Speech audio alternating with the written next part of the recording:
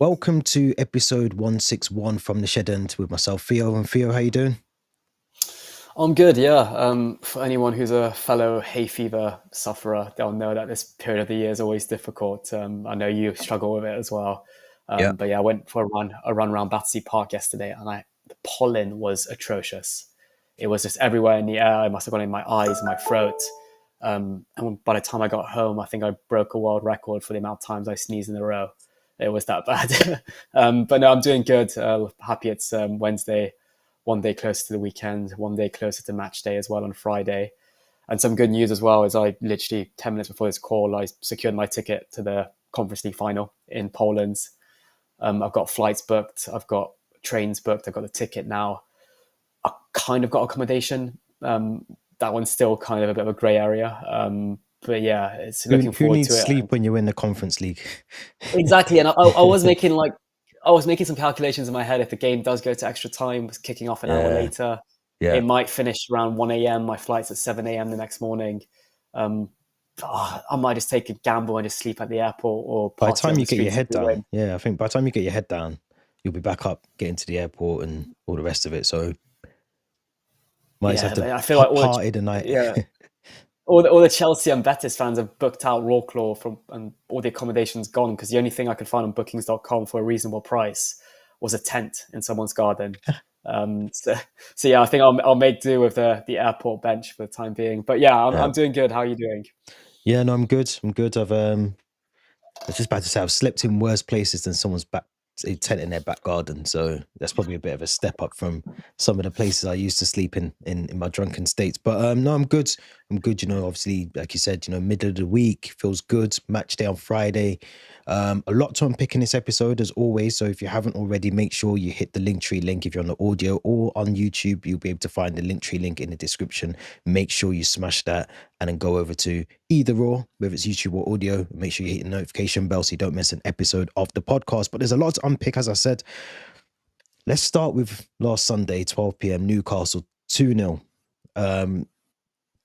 Not necessarily about the game as such, but I mean, yeah, obviously, bring up the points that you want to. But I wanted to talk about Nicolas Jackson. For me, someone who, a lot of Chelsea fans have possibly at some point either criticized or praised or backed and said that he needs time, we need to give him time, he's still raw. Sven Botman, forearm to the face early into the match, sees him serve a 3-game ban, so that will miss the last 2 games of this season and obviously the first game of next season. What's your thoughts on Jackson as overall? I mean, he's been here for 2 years. How do you see him continuing as a Chelsea player? Is he good enough to still be first choice? Do we need to address some of those options, which we'll talk about later in the episode? Yeah, I mean, I feel like Jackson's kind of been a bit of a roller coaster since joining Chelsea. He obviously didn't hit the ground running. He had a bit of a difficult beginning of last season. I thought end of last season he looked a lot sharper, a lot better. And I think the best we've seen of Nicolas Jackson was the beginning of this season. Those goals he scored against away at Anfield, away at West Ham really come to mind. And then I also felt when he was injured for the couple months from maybe February to April time, I do feel like his presence was missed. But I also think it was missed because we were also missing Mark Gui, so we didn't have a natural number 9 to fill in. We were forced to play in Kunku as a fake 9 or Pedro Neto at times as well. Yeah. But he's a frustrating player, really frustrating player, because he has moments of brilliance. That goal against Everton a few weeks ago, which probably was his best finish in a Chelsea shirt. And then he has these moments where you just want him, you want to strangle him. Not just what happened at St James's Park on Sunday, but also last season, all the times he got booked for dissent. I think he even got suspended at one point because he picked up 5 yellow cards just for getting in the ref's face and complaining. So it definitely is a discipline kind of part to his game that he needs to improve on. I also think he's got quite a big ego. I personally think. I think he thinks he's a lot better than he is, but he hasn't accomplished anything yet in the game of football. He's got no trophies to in his list of accolades. He's only, I think, reached 10 goals once in a Chelsea shirt in the Premier League season. So he's still got a lot of goal numbers to improve on. And then for me, what he did on Sunday at St. James's Park is inexcusable. Inexcusable. We knew the magnitude of how important that game was. We Yeah. knew that the winner would basically almost be confirmed to qualify in the Champions League, or it was pretty much all in their hands after that. And then he does something like that when you're 1-0 down, you're still in the game. And don't tell me that it was accidental, because it wasn't accidental.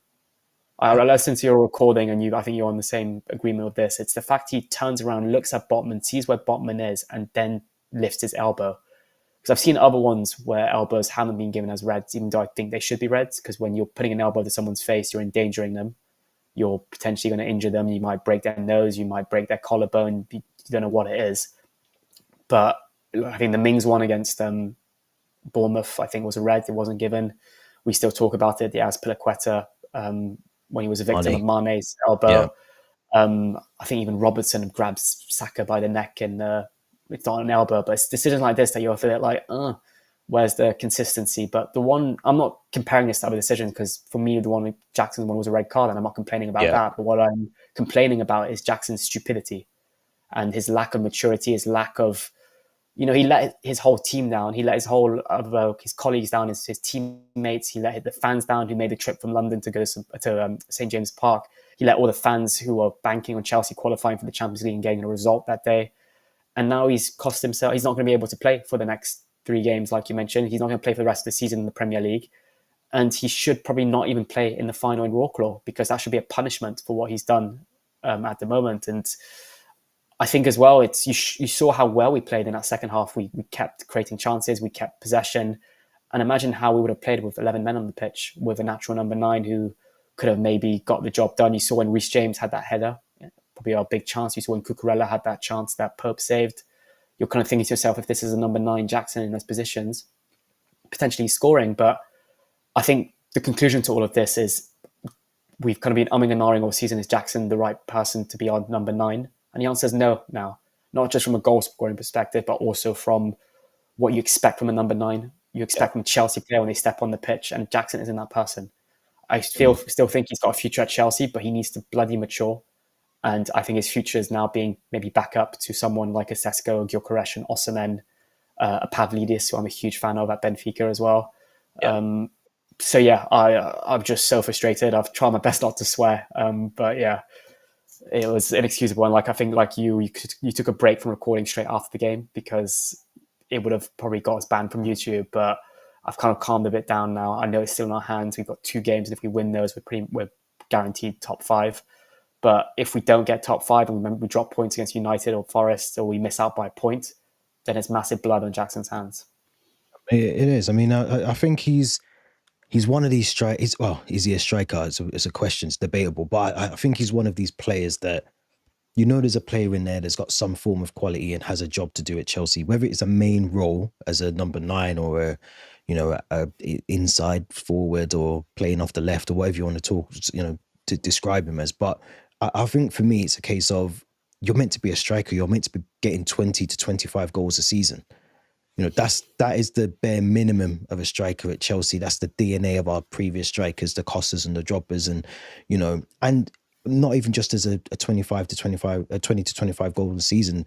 It's making an impact in the game. Look at Demba Ba, you look at Loic Remy, you look at Olivier Giroud. They all made impacts at some point throughout the season, and changed how the result was. If we were 1-0 down, or it's 1-1 and we needed a last minute goal, you could kind of rely on all of them to do that. Even the likes of, not an out-and-out striker, but like a Solomon Kalou or someone that was able to do something, Florian Malouda. I don't see any of those qualities in Jackson. I don't see where, if Jackson's on the pitch, you're confident that you might get 3 points, or you might get a draw, or he's going to take his chance, or he's going to create something. I don't see the best qualities in him. I know there's a stat that I read earlier that I think with Jackson in the team, we've won 60% of our games, and without him, we've only won 40%. So yes, he does obviously bring something. I think he holds, like I've said before, he holds at the ball really well. I think he can link up play essentially to a decent standard, but I don't think that's not what he's in the team to do. He's in the team to put the ball in the back of the net, and that's just old-fashioned way of thinking of football. I want my striker to be in the box. I want him to be able to, you know, kill defenses and be a killer in front of goal. And I don't think he's that player. He's just not that player. And like you said, the discipline, I think he's on 8 yellow cards this season, a red card this season as well. I think I'm pretty sure he picked up 2 separate lengthy bans last season. I can't remember off the top of my head, but some of those, if you remember last season, some of them were just for dissent. They weren't even for like elbows or for, you know, a strong challenge. It was just literally for being stupid on the pitch, like being absolutely, basically being a dickhead on the pitch and just not thinking about the consequences of the kicking team. the ball away, Kicking the ball away, being petulant, getting in the rest space, getting petulant. Yes, it's yeah, inexcusable. Yeah. it's inexcusable. And I think the key thing that I read this morning before we sort of touch on a bit more other things is he didn't even apologize to his teammates after the game. I mean, there's one thing about coming out and talking to, you know, so through social media to fans and maybe apologizing for, you know, a heat of the moment situation in the game, but not even to talk to your teammates and say, actually, you know, lads, I let you down. It was my fault. You know, we potentially should have had 11 men on the pitch or whatever. You know, not to apologize to the gaffer, you know, who's trusting you to do a job. To not do that for me is a bit. Now I'm questioning: is he even good enough? Has he got the right attitude to be at the club? I think is what I'm thinking now. I don't know. What's your thoughts on that? Yeah, it's if he hasn't apologized when clearly he's the reason we weren't able to score, we weren't able to get a result, then that's crazy. And I think you mentioned as well, he hasn't even put anything up on Instagram for the fans. Yep. So he's clearly like just kept in the dark. Maybe he's still debating on what he wants to post. He's scared of maybe the backlash he'll receive. Should he post something? But if he wants a future at Chelsea, wants to get back into Maresca's plans and hopefully be the starting striker for the Conference League final on the 28th of May, then it all starts with an apology and kind of taking responsibility for your actions, and then, you know, trying to prove the fans, you know, getting back on the fan side. So yeah, it's not good. I still want to give him the benefit of that he is young. He is still very, very young. I think he's 22 or 21, I think. I know when you're the first choice striker at Chelsea Football Club, there's no kind of, you know, you've got guys like Lamine Yamal, they're young, and I was just about to say, I don't know if yeah, the age thing is something I can factor in, because you mean Lamel, you know, there's other players that are younger that show more professionalism than Nicolas Jackson. I just don't know. yeah. When I said that, I was more like he's moved from Villarreal to Chelsea. He's had all this, probably the London lifestyle now. He lives probably in a Surrey mansion somewhere, and he's had all this fame come to him so quickly. And maybe it's got into his head slightly. But I also think if you're a top quality footballer, you're professional, you stay level grounded, and you kind of put that in the back, and you still focus on your football, and you still focus on things like we just spoke about, apologizing to your teammates, apologizing to the fans, and not getting yourself recklessly sent off in probably what is the most important game of our season. It is. It's. I mean, we'll talk about Forest and United coming up soon, but does this question now whether? I mean, I think going back some of the stats, I'm sure top scorer for 2025 is Marc Cucurella. Does this sort of give us something now to work on as a club? You know, sporting directors, you know, others responsible for recruitment. Does this give them something now to say, actually, you know, the writing's been on the wall slightly for Nicolas Jackson. He's had a period of time. We can't say he's just walked through the door and he's just, you know, finding his feet still. He's been here for a while. Is it now for the recruitment team, sporting directors, to say, actually, we want to keep Jackson at the club, but we do need some sort of competition for him? Because you sort of said something earlier that it's almost, you know, we were missing Jackson when he was injured, but we shouldn't be missing him. We should have someone that we can just bring in. Not saying like for like, but there should be alternative options for that option for that department in the team. And Mark Gu, unfortunately, was injured, and Kunku, we know, wants to leave. He wants to get out of the club. You know, we're looking at Pedro Neto, who isn't an out-and-out number 9. We're looking at Tariq George, who I think played, might have been Everton game, was it? Or one of the games recently he played as a number 9. Is this now for the recruitment team to start thinking, we need to go and get someone, we need to bring someone in, and they have to give competition to Nicolas Jackson?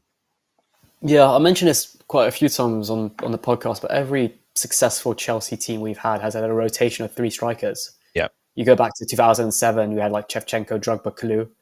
Then we had the likes of Demba Ba, Torres, and and Sam at times. Then we had Giroud, Abraham, kind of rotating amongst each other. So we always had three kind of strikers, and when one would not be able to play or was injured or was not performing, the other one would step in and chip in with goals and get the results we needed. Whereas now we just have Nicolas Jackson and Marc Gui. And I feel harsh including Marc Gui in this because he's 18, 19? And he's been injured for large chunks of the season, and we can't expect him to hit the ground running. So we do need competition for Nicolas Jackson.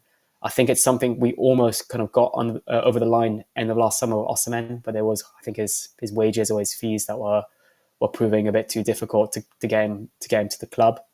But I think this summer, rather than sign a 16-year-old from Ecuador, rather sign a 18-year-old goalkeeper from Belgium, we need to focus on getting a top quality proven striker at the club.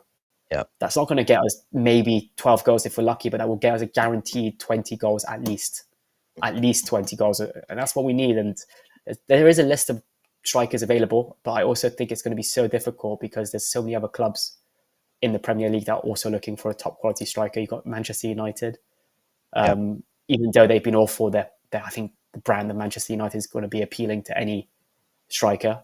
You've got Arsenal, who right now, I hate to admit it, but their project's probably more appealing to. If I was a footballer, would I rather join Chelsea or Arsenal? I'd probably if I'm biased, I'm a Chelsea fan, I would say Chelsea. But if I'm not a Chelsea fan, I'd probably consider Arsenal, given they got to a Champions League semi-final. They're regularly competing at the moment to be, the top of the Premier League, and they're pretty much guaranteed Champions League football.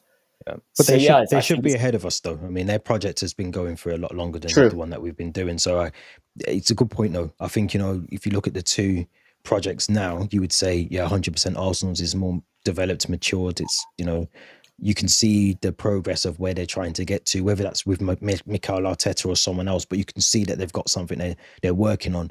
We are 2, maybe 3 years behind them, but there's no excuse for us not to close that gap. You don't, just because you're 3 years behind in a project doesn't mean you can't accelerate certain things. And like you said, going out and getting a goal scorer that is a bit more prolific.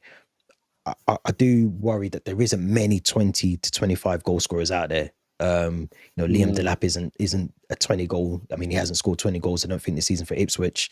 I don't think Sesko's done that either. Although he's doing really well. You look at Victor Gyökeres and maybe Victor Osimhen as the only two that I can think of that is competing at that top level and scoring maybe 20 goals. League goals, I don't think there's many. But I want to talk about Liam Delap. Scored 12 goals in his 35 appearances in the Premier League. He's got a release clause of 30 million. Now, the reports are saying that Liam Delap is favouring a move back to Manchester United. Although Chelsea have been heavily linked, there's been a lot of talks, I think, between agent and club about trying to get Liam Delap to Chelsea. I think we tried to go for him, if you remember, in the last transfer window as well. Didn't materialise. But what do you think Liam Delap could do that Nicolas Jackson can't at the moment in our squad? Is it a step up, or is it just almost a stepping stone across, right to left, as opposed to moving forward in terms of solving the issue as a striker? I think the first thing he'll be able to give Jackson is competition, or give the club is competition in that striker department. We'll be able to maybe get the best out of Jackson if he's got someone like Delap competing alongside him for that starting spot as the striker. I like what I've seen of Delap so far this season. I also am aware that he's been playing for a very underperforming Ipswich Town side. I also think he probably would be the cheapest out of the bunch. I think there's probably a clause in his contract that said if Ipswich get relegated, he can leave for this price. But I think he came from the Man City academy, so he probably does want to go back to Manchester where he grew up. And I also think he'd probably be guaranteed the starting role as the striker at United, given how poor Xerxes and Rasmus Højlund have been. And I also think if I had to pick, I'd rather pay maybe 20 or 30 million more this summer, because that should be our main priority as a striker, not a midfielder, not a centre-back, not a goalkeeper, but a striker, to get someone of the calibre of Victor Gyökeres, who has, I think, 71 goal contributions this season in 55 appearances. Yeah. I think I read somewhere that since he joined Sporting CP, no one's scored more goals across Europe's top competitions than him. Mm-hmm. If you look at the Sporting CP highlights, it's not just goals he's scoring, he's creating chances for himself. He's dribbling past players. He's strong. He's always looking to shoot. I think this is what we need. Just someone who can like get those goals, who doesn't really have this kind of fragility or weakness to them where they, like Jackson sometimes falling over. He's not a mouthy guy like Jackson as well. I think he'll just get it done. He's played in the past for Brighton, Swansea, and Coventry, so he knows what it's like to play in English football. And I've mentioned this before, but I've seen him play in the flesh twice. And just I remember this one game, it was a cup game for Sporting CP, comes on because he was being rested, comes on in the 80th minute, first touch of the ball is a free kick and just thumps the crossbar with a free kick. So he's the type of guy I think we could do with. But again, it pains me to say it, but I think he'd probably favour going to somewhere like a Barcelona, where they have an aging Lewandowski, or an Arsenal, who have probably a more exciting project right now. I mean, obviously Ruben Amorim worked with him before as well at United, so I wouldn't rule out United trying to get both. I really wouldn't. I could see maybe Rasmus Højlund leaving. I know there was talk about Josh Zirkzee maybe going on loan. The winter window just gone, so I would not be put off United trying to get Victor Gyökeres and Liam Delap. They need reinforcements. They want to try and spend money this summer. I think they want to try and back Ruben Amorim. So, and like you said, the appeal factor for Delap is obviously his family are in the Northwest as well. So, it makes sense. For us, I think I said yesterday I wouldn't be disappointed to miss out on Liam Delap. I don't think he's that big of a. There isn't much Liam Delap can do that I don't think Nicolas Jackson can't do. There's not that much that I can tick off and say, actually, yeah, more green ticks, more pros than cons for Liam Delap. I don't see that. He's a very good, strong. His physicality, he's really good in the air as well. He is a good goal scorer. And I get he's played in a poor Ipswich team, but to me, that's a big risk. If you bring him in and it doesn't work, you then have to go into the market again and get someone else. And why not try and acquire one of those more, I don't want to say more abled, but better quality for me, Sesko, Osimhen, Gyökeres. Try and attempt to go and get one of those, because bringing in Delap is potentially just pressing restart on a really bad idea with what we've done with Nicolas Jackson. We wait another 2 years and then we're back at square one again. So I think let's go and get someone in now.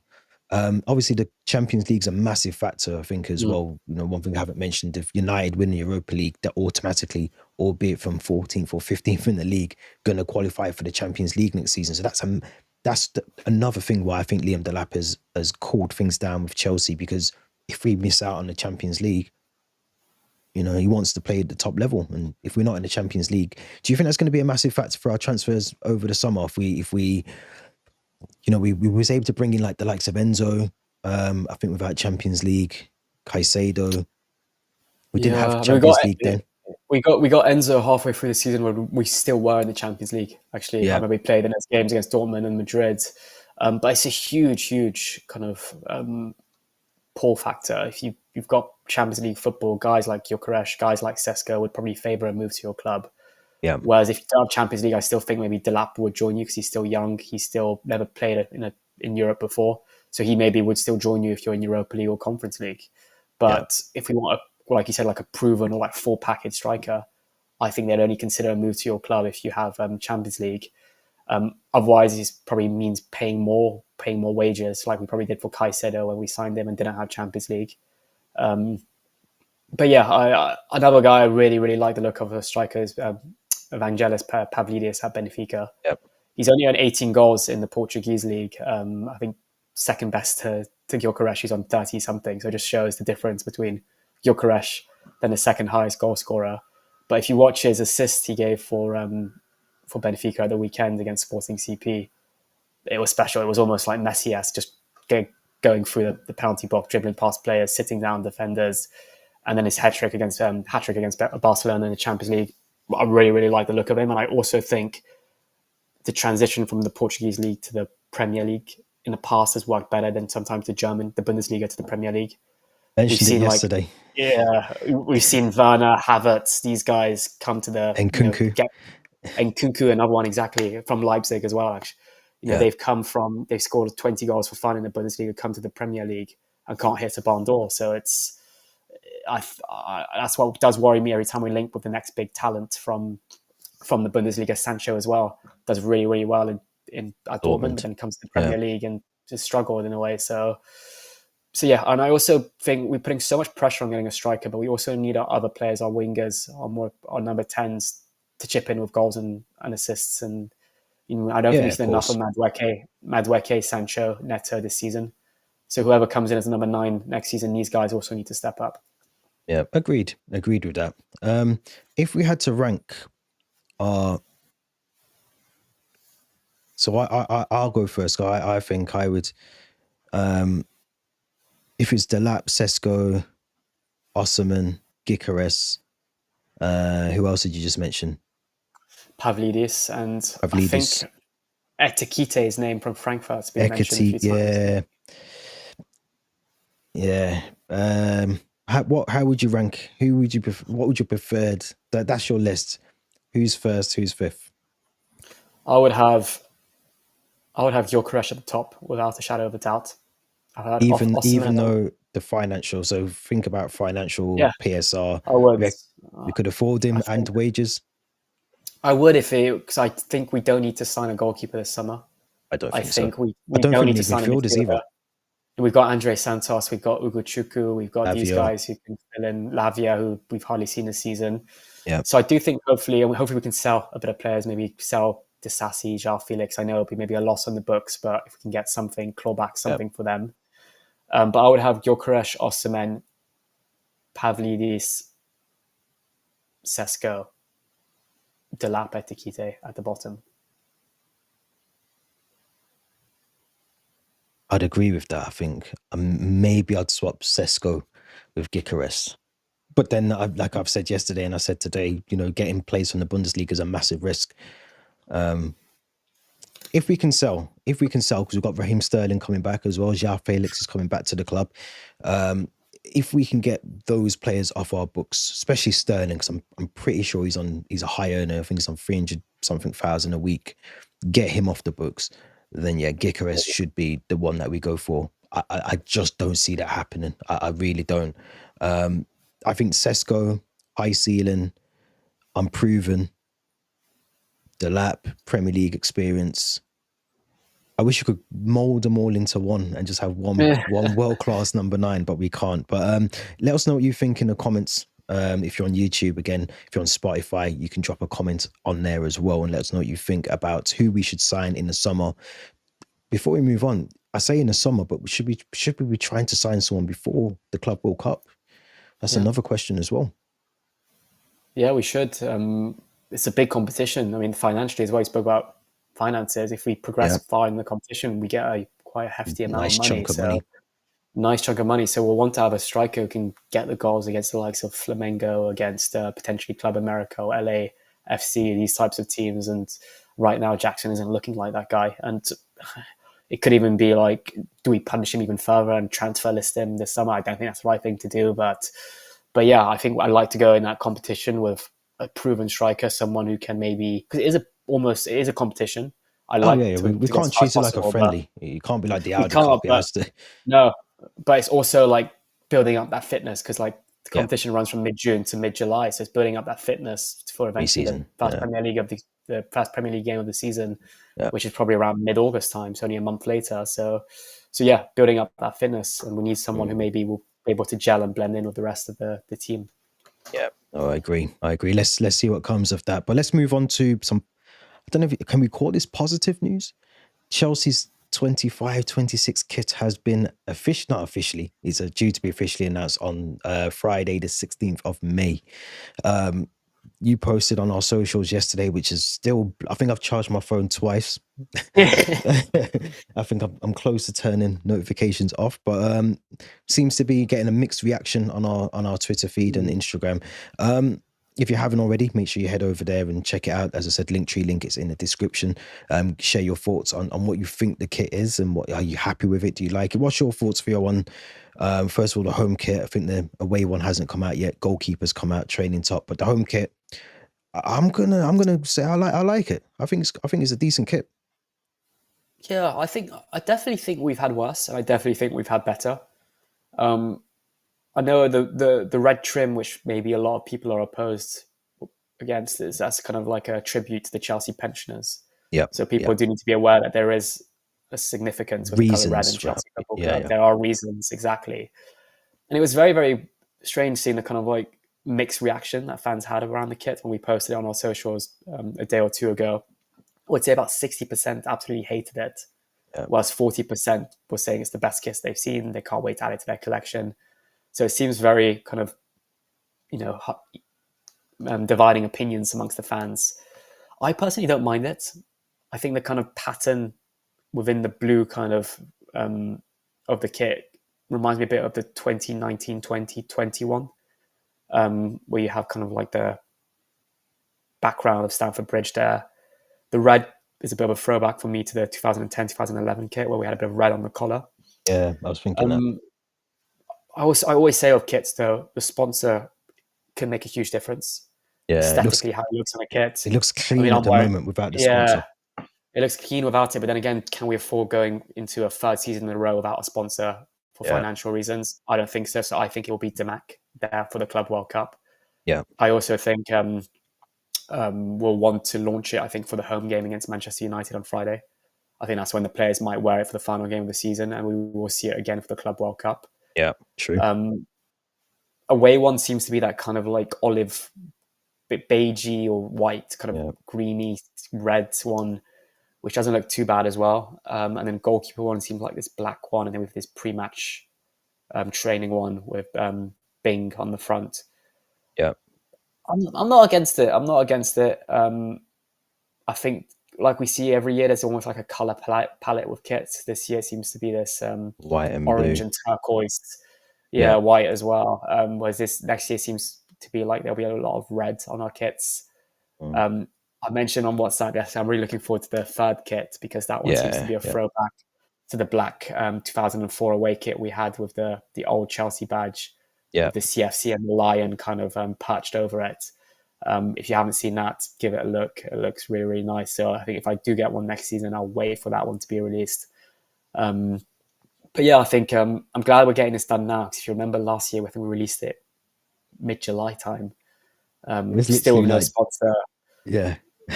Yeah, and I think we're only releasing kits when we realized we had to play in them for our pre-season friendlies, I think. Yeah. So it makes sense, I think, to get it out now, get it out for the final game of the season like we used to back in the day. Fans can go get it from the mega store to wear for that game if they want. Yeah. But yeah, what are your thoughts on the kit? I like it. I think it's different. I think if you go back to this season's kit, maybe even the season before that as well, those ones, the home kits, definitely, to me, this is an upgrade to those kits.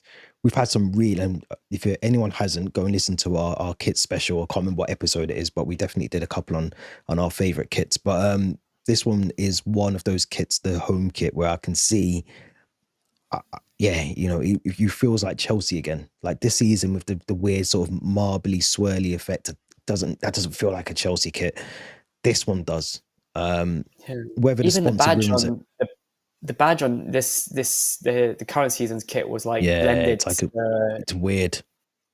Some kind of like it almost looked like someone had spilled oil in the sea or something. It was But yeah, I've got the image now for anyone's watching on YouTube.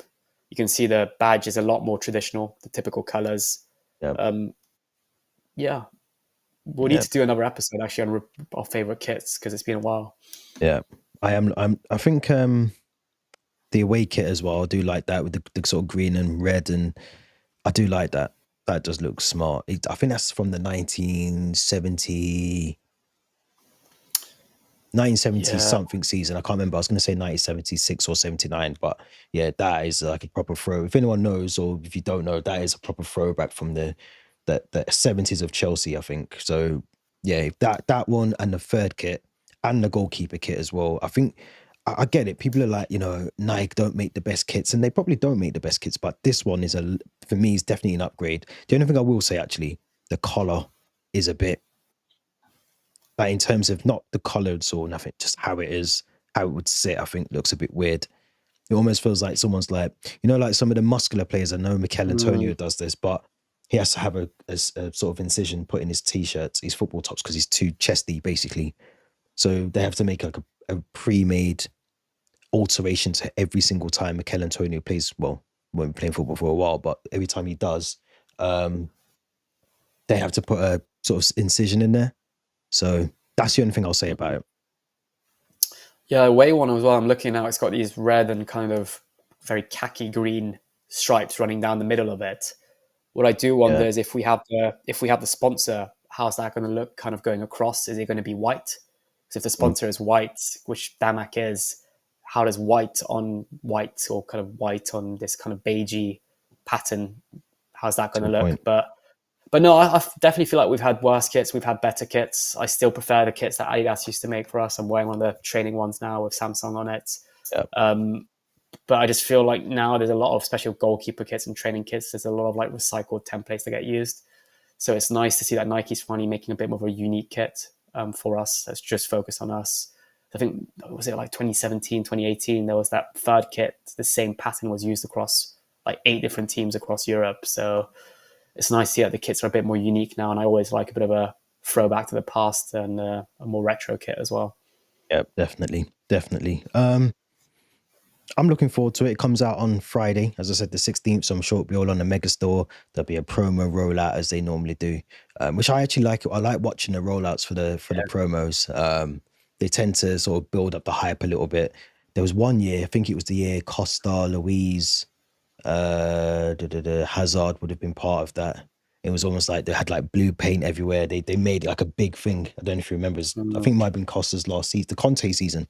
I think it was the Conte season when we won the league. They made it a big thing. So I like the promo rollout that we do for our kits.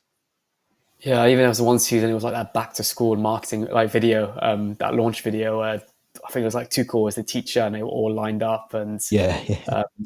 always nice kind of to see what a song they pick. There might be like a bit of a throwback to a Madness song or a Blur song. So yeah, it'll be nice. I always look forward to those It will videos. not be Madness and it will not be Blur. It will be some sort of young kid trying to they'll try and impress the youngsters, won't they? I think True. the only thing with these owners is they've lost a bit of that reality of like what it means to be like a Chelsea fan. You know, the sort of Scar days, Blur, Madness, like you said. Just having that sort of history. I think they've gone away from that and they're going to more like a more modern, you know, rap, hip hop sort of thing. They're trying to appease, I'm assuming, some of the players that are in the squad, but also this new sort of age fan base that have slowly trying to take over Chelsea, which isn't always a good thing, is it? Let's quickly go into Sabrina Carpenter or Central C, probably it's a song from one of them. There you go. There you go. Exactly. Big up to DJ Savjay. Big up, guys. Hope you're all well. This is on the YouTube live stream. So big up you guys. Hope you're all well. What's the latest? Well, the latest is you've missed a good chunk of the podcast. But no, yeah, there's a lot of transfer talk going on at the moment. Liam Delap, Osman, Victor Gyökeres as well. We spoke about Nicolas Jackson. Should Nicolas Jackson even compete in the Conference League final? Got a comment here as well on the YouTube live. Delap is piggybacking Palmer so much that he will be exposed if Palmer is absent for long periods of next season. He offers zero threat at corner, so I don't get the dislike for Delap. It's a fair comment. Another comment as well. We took in Jackson because of the late season purple patch where he had zero competition for places, zero European experience means he isn't the guy to lead the line in the UEFA Champions League. We need to bring in a prolific striker who will expose the complacency Jackson has shown in most games this season where he believes he can do a Kane and start regardless of performances. Yeah, I mean, he does need some competition. 100%. I think he's, you know, as we said, you know, he needs someone that's going to test him and maybe push him to the next level. One game he won't be starting is Friday against Manchester United, which is obviously a shame for him, but, you know, things happen and he's put himself in that situation. But give me your early thoughts on this. It's an evening kickoff on Friday, which seems a bit odd, but it's not going to be easy. It's not going to be an easy game at all. Yeah, and what we've seen in the last few seasons, or probably since Sir Alex Ferguson retired as Manchester United manager, is no matter how poor United have been, we've always struggled against them more often than not, especially away from home. That's why being at home gives me a bit of confidence. But our win against them last season, the 4-3 win, was our first win against Manchester United since 2017, when Alvaro Morata got the winner with a header. That's at home, of course. So our record isn't great against Manchester United. But I do think if there's a moment that we need to beat them, it's now. Their form's hit rock bottom. They've probably given up slightly on the league. They've got nothing to play for anymore. Their full focus is on the Europa League. I think Ruben Amorim's rotated heavily in his last few games against West Ham. I think Anana's been rested. He's got a few youngsters in there. But it's also going to be a huge kind of way of showcasing if these players do actually care, do actually want to push for Champions League. Whoever plays as the striker, can they step up as well? Will Mark Wee be on the bench? Will Maresca stick with the inverted fullback with that kind of hybrid Caicedo right back midfield role? So there's a lot of question marks, but I genuinely feel like if we can't beat this Manchester United side at home, forget Champions League. We don't deserve to be in the Champions League. I've said that a few times this season. I still kind of almost stand by it, because you look at United and Tottenham, these are teams that usually should be competing for top 4, top 5. They're nowhere near that at the moment. So why are we not able to compete for top 5? We're allowing teams like Forest, Aston Villa, at one point even Bournemouth, creep into that top 5 conversation. We should be there comfortable just below Liverpool, given how poor the other teams have been. Even Man City, they've been a shadow of themselves this season. So there's no excuse not to get Champions League. So if we don't get Champions League, we don't deserve to be there. It's simple as that. Yeah. And I think we'll struggle if we struggle against these types of teams like Ipswich at home. We struggle against Manchester United at home. Then forget playing the Barcelonas, the Bayern Munichs, the PSGs next season, especially if we don't get a marquee number 9 signing in. But yeah, I still am relatively confident. I do think we show a bit of grit in the eye like we did in that second half against Newcastle. I think we can get a result. Our home form is really good as well in 2025. Hopefully, if we can play like we did against Liverpool, get an early goal, create a few more chances, and just kind of control play, then I'm relatively confident. But also, maybe United might see this as a bit of a dress rehearsal for their final in Bilbao, so they might test the new things. They might actually play their strongest 11. They have a few injuries. I think Delete, Yerry Mino, injured. So I think they'll need to kind of have a think about that. But no, it's a must win, must win. And if we can win this one, then we know it's in our hands when we go to Nottingham Forest on the final day of the season. I was going to say, I think it's I was going to say 69 points, I think, will get us Champions League. We're currently on 63, but that is heavily dependent as well on other results. We can't afford to drop points on Friday, 8:15. But just going back into the YouTube comments live section. So we're saying we didn't beat Ipswich and Palace this season, home and away. I think, that was really, I think that was really the reason for our downfall this season, to be honest. Made hard work of Fulham. That alone tells me UEFA Champions League is a bridge too far. Whilst I agree with that, and I think that's what you just kind of alluded to as well, Theo, that, we can't really go up against the Barcelonas. I think if we bring in that striker, Lavia can have a full season. I mean, Lavia looks like a proper player, if I'm being honest. He looks like he could command that midfield with, Caicedo inverting, or Caicedo alongside him, whoever. Reece James maybe at right back again. And we can bring Petrovic and see what he can do next season. I do think there's enough. And we've got players coming back. We've got, like you said, Ogunchukwu can be as a rotational player. There's other players that will be coming back, players that will be coming into the squad that we signed last season. I do think we will have enough to compete. Massive question if we can win the Champions League. But I think if Arsenal can do it, and you said their project's a lot further than ours is, I still think I look at the likes of Arsenal, and on paper, I would say that we're not that far away from them in terms of like players. I think they don't, Odegaard's not amazing forward, and yes, Saka's quite good, but Havertz isn't. Martinelli's not an amazing player. Trossard's not an amazing player either. They have a good centre back with Saliba, but I wouldn't say they're an amazing team. So, going into this United game on Friday for me is tough. We've had 13 draws in this fixture. I think we've had 7 wins and 9 for United in the Premier League. So this is a game that does pull up a lot of draws. But I'm confident. United are clearly thinking about the Europa League final against Spurs. We got to see that in the last, 2 or 3 games for United. So you mentioned the injuries that they have. We have to go into it with the mentality that this is another Premier League final for us. This and the following Sunday, we can't drop points. We cannot drop points. Do you think we'll play better without Nicolas Jackson in the team?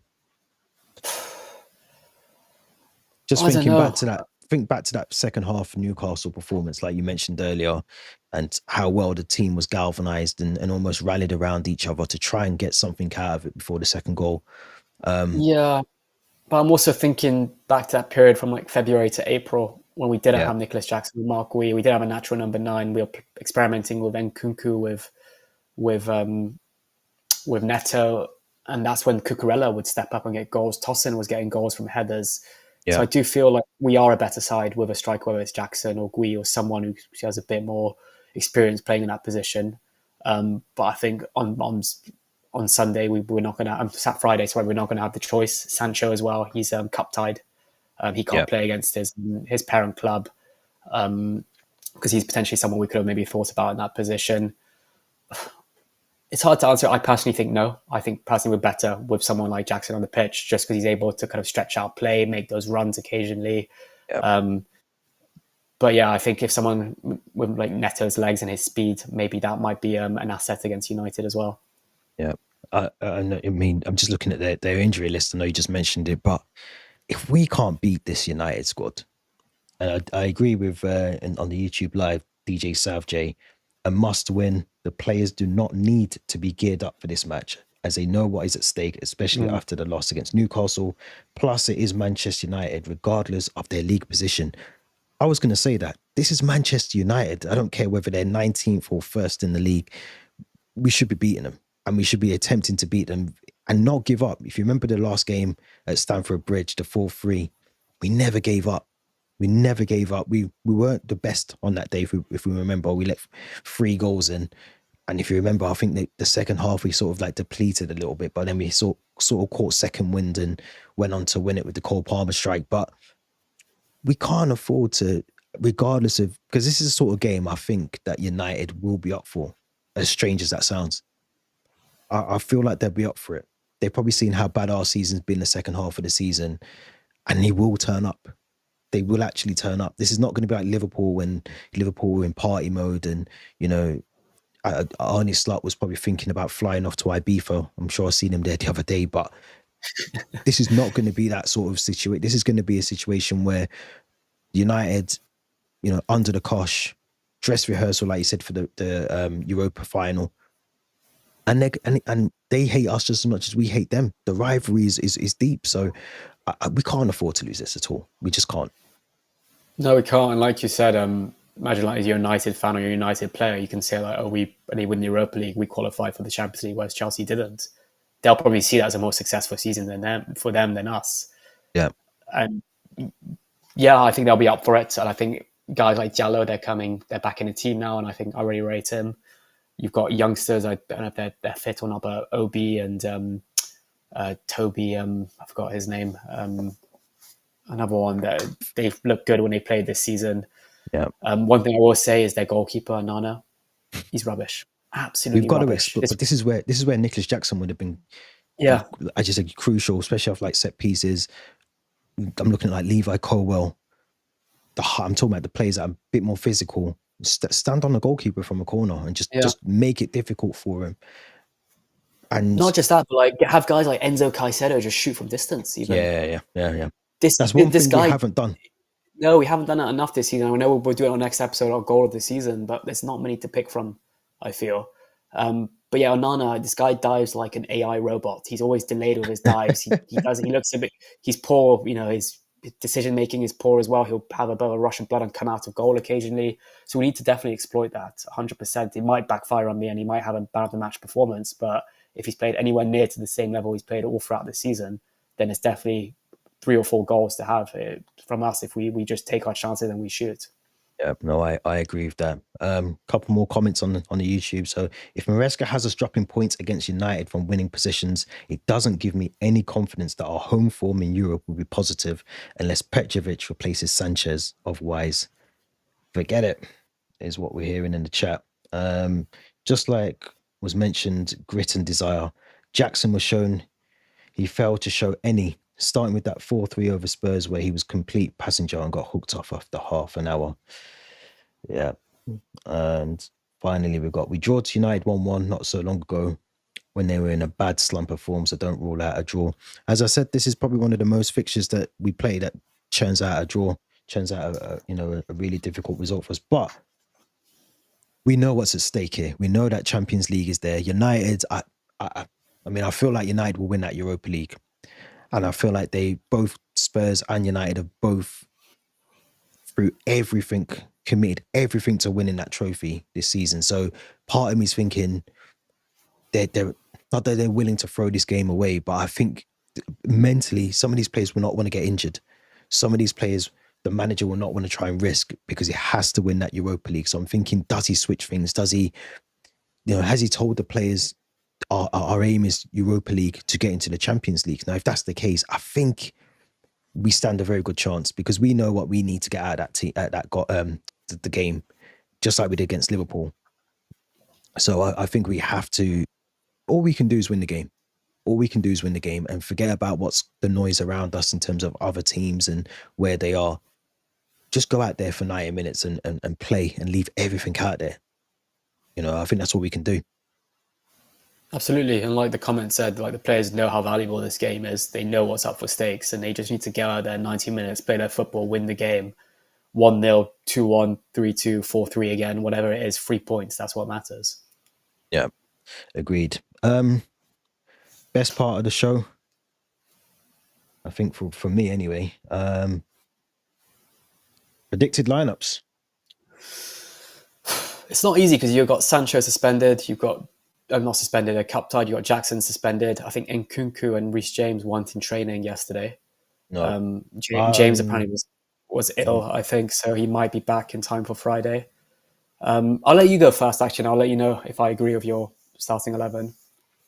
I was trying to find you. I think your camera's gone. We can't see you, but we can still hear you. So that's a good thing. So my starting lineup's on the screen at the moment. So I've gone with Sanchez in goal, who I think will be the main one. I think he'll be the guy that will just, until we get Petrovic back, will be in our Premier League positions for goalkeeper. I have gone with Moises Caicedo just because, as you said, Reece James didn't train yesterday. He might have been indoors, so we didn't really get to see that. But for him not to be out on the grass with the other players is not a good sign, in my opinion. So I've gone with Caicedo's right back. Chalobah and Colwill I've gone with as the two in the centre-back roles, with Cucurella as the left-back. Gone with a two of Fernandes and Lavia in the midfield, with Tariq George on the left, Cole Palmer as the 10. Noni Madueke on the right, because as you said, Jadon Sancho is cup-tied for this one. And, well, not cup-tied, but eligible. And I've gone for Pedro Neto as the number 9, as the striker. I don't think there's a place for Nkunku in that starting lineup for me. But what would you change? What would you change from that lineup? I personally don't think I'd change much. I think I'd agree with that. I think given the suspension to Jackson, I think Neto makes sense coming in as the number 9. He's played there during that kind of February to April period. Was okay, but I think given the magnitude of this game, hopefully he can step it up. I'd agree with the back line, and we didn't see the best of it, but we saw the best of it against Liverpool. I would continue with the hybrid Caicedo role, midfield right back, and have Lavia and Enzo in midfield. I think I would agree with Tariq George. I think we don't have Sancho. I think it makes sense to have Tariq George. Could you potentially maybe have Reece James right back, maybe Lavia and Lavia Caicedo midfield, Enzo as the 10 and Palmer on the wing? That's another option. Do you maybe play Dewsbury Hawley in this game? I know he stepped up in the Conference League on a couple of occasions, but yeah, I think all in all, I think I agree with your starting 11. I wouldn't change anything. Yeah, which is good. It's always good when we agree. I just think it gives us that balance that we need. And I know Madueke's played on the left last couple of games, but I think with Neto shifting into that striker role, we're going to need someone who's a bit more direct in terms of trying to beat the player. And I think the last couple of games we've seen that with Madueke, especially against Liverpool in 1v1 versus Trent, how easy it was for him to get past Trent. I kind of feel like it might be the same. I'm not sure who the lineup will be for United, whether it be Mazraoui or whoever will be playing in those fullback roles. But Tariq George and Noni Madueke should be getting some fun time down those flanks, because you would expect maybe Ruben Amorim, if he does want to try and go for this game, to push his team higher up the pitch, and then should allow Tariq George, Madueke plenty of space to run into. But this is where I think Cole Palmer and Neto are so crucial, because they have to be on the same page, working as a unison, working together. Because if they don't, United are quite good at stretching their play out and then we have to track back and almost man mark them, and it could just become a very scrappy game, end-to-end game, if we're not careful. Yeah, what I always say is the lineup we listed, from set pieces and aerial play, we're gonna struggle. It's not a very tall starting 11. You got Neto as a number 9. You got guys like Palmer, Madueke, Tyree George, who are renowned for their goal scoring ability from headers. So I think if we do start at 11, we're gonna have to make sure we get our goals from open play, and make sure we also make them count as well when we create chances. Yeah, agreed. I think it's going to be a difficult one, but yeah, I think it's just going to be a really difficult game. I really do. Talk to me about predictions. Predicted lineups. I think we'll win. I think we'll win. It won't be straightforward. I think we'll win by just a goal, no matter how poor United have been. I think it's going to be a 1-0 Chelsea. Yeah, I can see it being close. I really can. I think if we had, it shouldn't be close, but I think it will be. I think if we had maybe, I don't know, if this game was like 4 games in to the end of the season, the fact that it's that close to the end of the season, I do think United will have one head on the Europa. I want to try and build up a bit of momentum for that. But we also know what's at stake. And I just look at the games that we've played recently, and bar the Liverpool game, we haven't looked very convincing. And I just think this will be exactly the same. But I take a 1-0. I take 1-0 as it stands at the moment. I really would. Yeah, and this is the final game of the season where players will do their lap of honour towards the end of the year. It will be 90 minutes. I think they'll maybe even get their kids and families on the pitch. So you want a win. You don't want that to be toxic. Maybe if we get a loss, they might head straight down the tunnel with no wives, no kids, no families on the pitch. So hopefully by the 90 minutes, all 41,000 people in Stamford Bridge are happy. Now, a big thing for us as well, I think if we win our game on Friday, just trying to do maths really, really quickly, which is not my strong point, but if we win our match on Friday, we'll then go on to 66 points, which should take us into, well, depending on how many goals we score, at least 4th or 3rd in the league. Now, City have got Bournemouth, Newcastle have Arsenal over the weekend as well.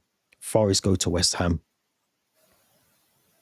If they don't win that game, Forest, they have theoretically either Conference League or Europa League. That's all they can win on the final game of the season.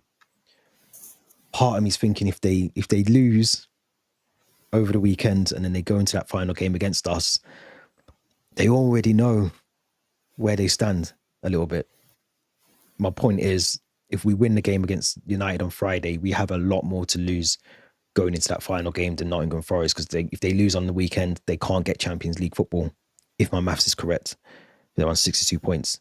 So again, depending on how the game goes, City win, Newcastle win, we win, then they can't get Champions League football if they lose this weekend. So we have to win. Sometimes playing with no pressure or no nerves kind of works in your favour sometimes, because it's almost like you're just playing, whereas us on the contrary, we've got so much at stake in the next 2 games that it might cost us. We might see these players be a bit nervy, a bit unsure what they want to do, not make the right decision at time. But yeah, I think the only thing we can do is win our games, and it's in our hands. 100%. Just before we wrap up, I wanted to ask you about Frank Lampard, who I thought was very, very unfortunate yesterday.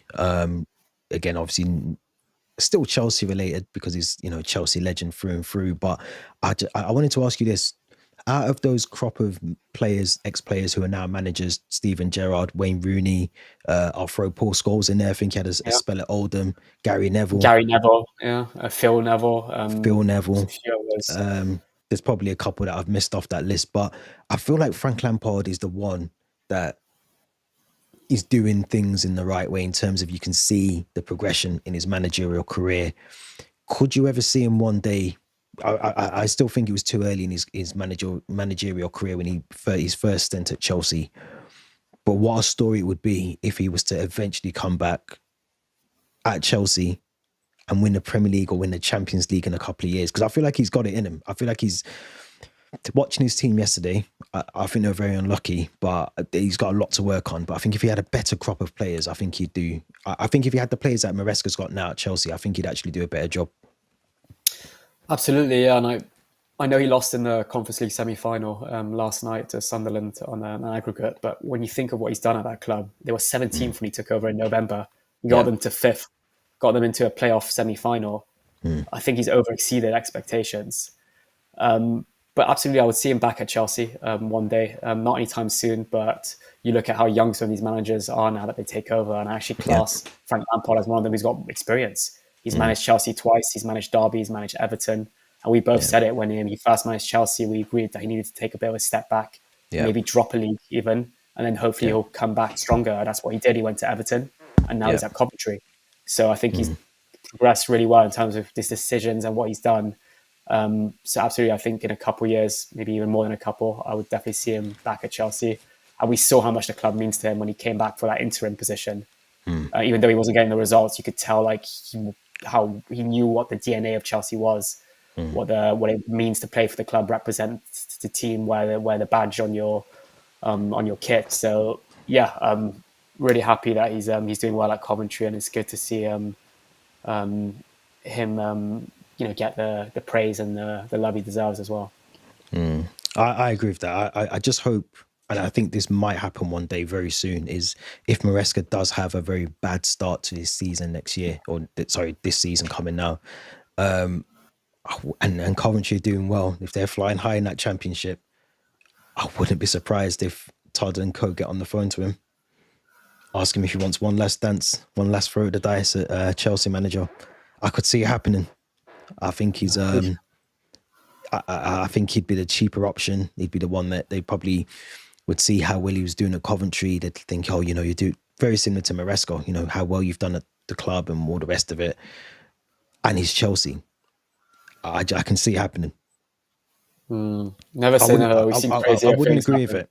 I wouldn't agree with it. I think he's at a stage where Coventry is his level, or the Championship is his level. I think he's got a lot to learn, especially after watching his game yesterday, just in terms of substitutions, tactics, not getting things over the line. I think there's a lot of things. The pressure is completely different. He knows that already at Chelsea. He knows it's a different kettle of fish up the pecking order. But I'd love to see him back one day. I think he's got, out of all those managers I mentioned, I think he's head and shoulders above all of them.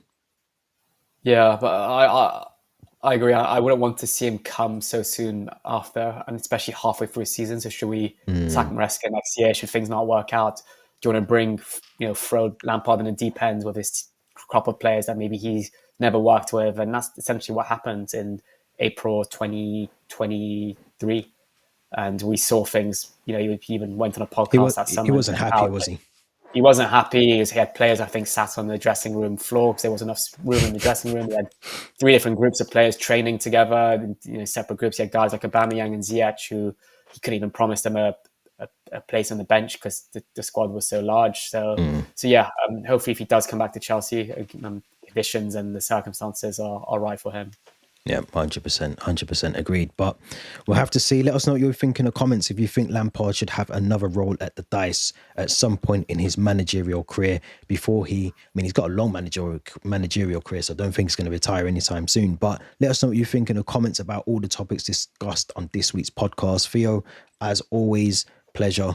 Let's hope we can get 3 points on Friday evening, 8:15 kickoff against Manchester United, Stamford Bridge. I assume you'll be going, so enjoy the game. And obviously, we'll be back next week with the next episode of the podcast. Enjoy the weekend when you get to it.